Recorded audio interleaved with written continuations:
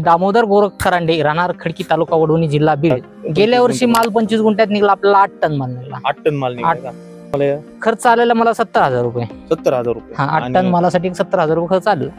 बाजार भाव आम्हाला गेल्या वर्षीचा रेट भेटला 50 रुपयापासून ते 100 रुपयापर्यंत. बरं. मला टोटल झाले 6.5 लाख रुपये झाले होते मला. असे ना? हा, खर्च जाता. खर्च ही बाग आपल्या झोपण्यावर कमीत कमी 20 वर्ष तर टिकते. 20 वर्ष टिकते. 20 वर्ष. म्हणजे शेतकऱ्याला काय पहिला सुरुवातीचा खर्च मोठा आहे, त्या खर्चामुळे शेतकरी थोडा नाही म्हणतो. करायला पाहिजे. आता केली सुरुवातीचं पाहिजे. ड्रॅगन शेती शेतकऱ्याने केली पाहिजे, यशस्वीरित्या केली पाहिजे. हा. कारण कापसामध्ये काय झाले, खर्च मोठे झाले. खर्च जास्त झाला. राम राम शेतकरी मित्रांनो, आज आपण आलेलो आहोत. गावाचं नाव आहे खडकी, तालुका वडवणी, जिल्हा बीड. मागील 5 वर्षापासून यशस्वीरित्या ड्रॅगन ची शेती करणारे प्रगतशील शेतकरी आज आपल्या सोबत आहेत. एकदम सखोल माहिती जाणून घेऊया. ड्रॅगन फ्रूटची शेती करताना काय अडचणी येतात, काय काय व्यवस्थापन केलं पाहिजे, ते कसं नियोजन करतात.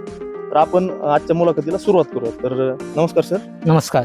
आपलं नाव सांगा सर. मी दामोदर गोरख खरांडे, राहणार खडकी, तालुका वडवणी, जिल्हा बीड.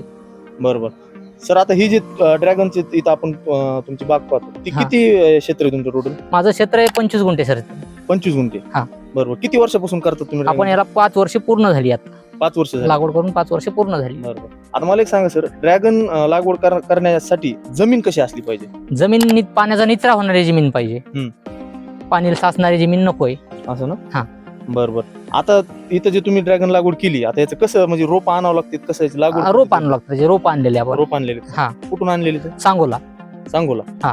आता ते आणलं रोप तुम्ही, ते केवढ्याला बसलं तुम्हाला? आम्हाला रोप आणलं त्यावेळेस ते रोप 40 रुपयाला बसलं होतं. 40 रुपयाला ना? हा. ट्रान्सपोर्ट सोबत? ट्रान्सपोर्ट सोबत. आणि आता इथं जी तुम्ही लागवड केलेली, ते किती आता म्हणजे किती एका ठिकाणी 4 का काही? एका पोलसाठी 4 रोप आहेत. 4 रोप आहेत हा. ना एका पोलसाठी? बरोबर. आता सर, हे जे तुम्ही आता इथं मध्ये पोल रवलेले, हे ड्रॅगनचे जेवढे बी असतात समजा बागा, त्यामध्ये आपण हे पोल पाहतो, तर याचं काय काम आहे आणि हे कसं समजा म्हणजे त्यांना उभारणीसाठी पाहिजे ना काहीतरी. आता काही जणांची कसं ट्रॅली पद्धत आहे, काहीची पोल प्लेट पद्धत. पोल प्लेट पद्धत. हा. ही तुमची पोल प्लेट पद्धत आहे ना? हा, पोल प्लेट आहे आपली पद्धत आहे ती. आता हे कुठून आणलं तुम्ही? काय खर्च बसला? आपण हे बीडला घेतलेलं आहे. ते 300 रुपयामध्ये घेतलेलं आहे. 300 रुपयामध्ये ना? हा, पोल आणि प्लेट. अच्छा, बरोबर.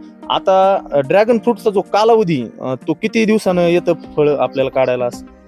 फळ काढायला 60 दिवस लागतात त्याला. कळी लागल्याच्या नंतर. कळी लागल्याच्या नंतर 60 दिवस लागतात. आता सध्या हे जे तुमचं आहे, कोणत्या अवस्थेमध्ये आहे सध्या? हे फुल अवस्थेत आहे. फुल आता फुलून गेला तर हे फळ तयार होण्याच्या फळ तयार होते म्हणजे 1-1.5 महिन्यामध्ये त्याचं? 1-1.5 महिन्यामध्ये 50 दिवसामध्ये क्लिअर होऊन जातं. क्लिअर होऊन जाते. आणि त्याच्यानंतर मग याला कसं मार्केट म्हणजे कसं नियोजन असतं? आता मार्केट रेटवर कमी जास्त, कुठं कमी लागतं, कधी जास्त लागतो. असं आहे ना? हा.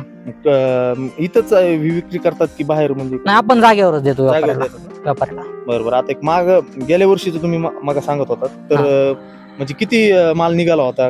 गेल्या वर्षी माल 25 गुंठ्यात निघाला, आपल्याला 8 टन माल निघाला. 8 टन माल निघाला. बरोबर.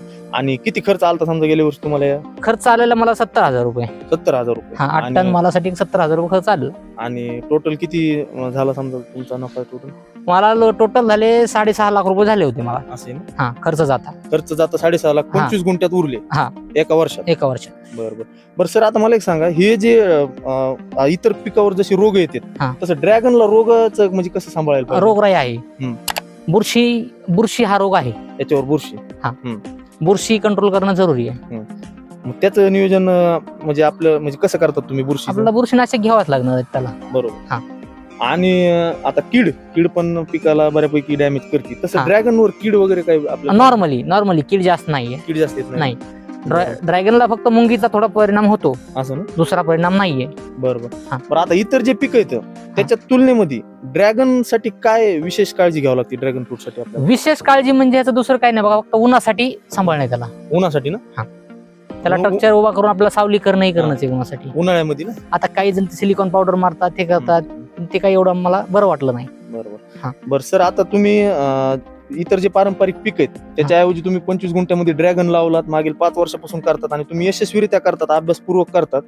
तुमच्या मनात कसं आलं की आपण ड्रॅगन ची म्हणजे शेती करायला? आम्ही असंच युट्यूबवर पाहून बघायला गेलो होतो.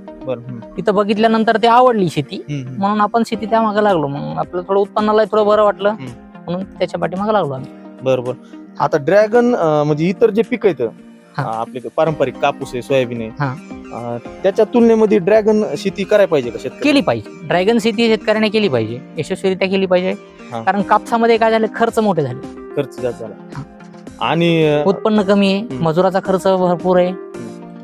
म्हणजे आता बरेच जे शेतकरी ड्रॅगन फ्रूट म्हणलं की असं नियोजन त्यांना वाटतं आपल्याच्यानं होतं की नाही, आपण समजा माहिती मिळेल का नाही, तर त्यांना तुम्ही काय सांगाल? शेतकऱ्याला काय पहिला सुरुवातीचा खर्च मोठा आहे, त्या खर्चामुळे शेतकरी थोडा हा. नाही म्हणतो ड्रॅगन. आता सुरुवातीचा समजा किती खर्च होतो हे, आता हे 25 गुंठ तुम्ही मला 25 गुंठ्यासाठी सुरुवातीला 3 लाख रुपये खर्च आलेला. 3 लाख रुपये सुरुवातीला? हा. बरं आता ही बाग किती वर्ष टिकते बरं, म्हणजे असं? ही बाग आपल्या जोपण्यावर कमीत कमी 20 वर्ष तर टिकते. 20 वर्ष टिकते? 20 वर्ष म्हणजे शाश्वत उत्पन्न आहे समजा. शाश्वत उत्पन्न आहे, व्यवस्थित नियोजन जर मॅनेजमेंट केलं. हा. बरं. आता जे समजा बाजार भाव आहेत ते म्हणजे कमीत कमी आणि जास्तीत जास्त काय भेटते तुम्हाला? बाजार भाव आम्हाला गेल्या वर्षीचा रेट भेटला 50 रुपयापासून ते 100 रुपयापर्यंत. बरं. हा. मार्केटला 50 रुपये ते 100 रुपयापर्यंत. हा. आणि समजा 100 म्हणजे एक ऑन अँड ऍव्हरेज किती कमी जास्त केलं तर किती भाव बसतो? एक 70-80 रुपयापर्यंत येतो. 80 रुपयापर्यंत येते ना? हा. बरोबर. आता ड्रॅगन फ्रूटचे आपण आपले मानवी आरोग्यासाठी, शरीरासाठी किती महत्व आहे आपण ते पण समजा ऐकत असतो. ते ड्रॅगन फ्रूट किती शरीरासाठी फायद्याचं आहे? हे शुगरसाठी, यासाठी लोक चांगले असं म्हणतात. शुगरसाठी बेस्ट आहे ना? शुगरसाठी. बरोबर. त्यामुळं ड्रॅगन फ्रूट शेतकऱ्यांना, आपलं माणसाने खाल्लं पाहिजे. शुगरसाठी, आपल्या शरीरासाठी, यासाठी चांगलं आहे. बरं. आता असं याचं काही पर्टिक्युलर नाही ना की ह्या भागातच उगवलं जातं किंवा विदर्भ, मराठवाडा असं काही नाही ना? नाही, असं काहीच नाही. बरं. आता इतर शेतकरी ज्यांना लागवड करायची ड्रॅगनची, जे तुमचा हा व्हिडिओ पाहतील, त्यांनी काय चुका टाळायला पाहिजेत असं वाटतंय तुम्हाला, तुमच्या अनुभवातून? चुका टाळायचा विषय म्हणजे काय सर, ड्रॅगन लावताना एकतर जमीन थोडी हलकीच निवडायची पाहिजे, कारण भारी जमिनीचं पीक नाही येते. त्याला पाणी नसलं तरी भागतं तुमचं. कोरडभाऊ भागामध्ये लावलं पाहिजे. आणि जर समजा आता शेतकऱ्याने एखाद्या लावलं, थोडं व्यवस्थापनात त्याच्याकडून समजा माग पुढे झालं, समजा थोडंफार ढिलाई झाली, तर हे बाग पूर्ण म्हणजे असं खराब होईल किंवा असं इतर फळबागाला कसं पूर्ण मुळकूज येते लागली की उपटूनच टाकावं लागतं, तसं काही संकट आहे काय? तो परिणाम होतोच ना, मग तो होतो ना. बरोबर. त्यामुळे व्यवस्थित मॅनेजमेंट, व्यवस्थापन करणं अतिशय आवश्यक आहे. बरोबर. आता आपण ड्रॅगनचे असे विविध व्हिडिओ बघतो बरं का. काही ठिकाणी म्हणतात की इतक्या गुंठ्यात इतक्या लाखाचे झाले, काही ठिकाणी म्हणतात की लावू नका, हे काहीच खरं नाही, सगळं खोटं आहे. तुमचा काय वैयक्तिक अनुभव आहे? नाही, मला तर बरं वाटतं ते पीक, शेतकऱ्यांसाठी चांगलं आहे ते. शेतकऱ्यांनी केलं पाहिजे असं ना.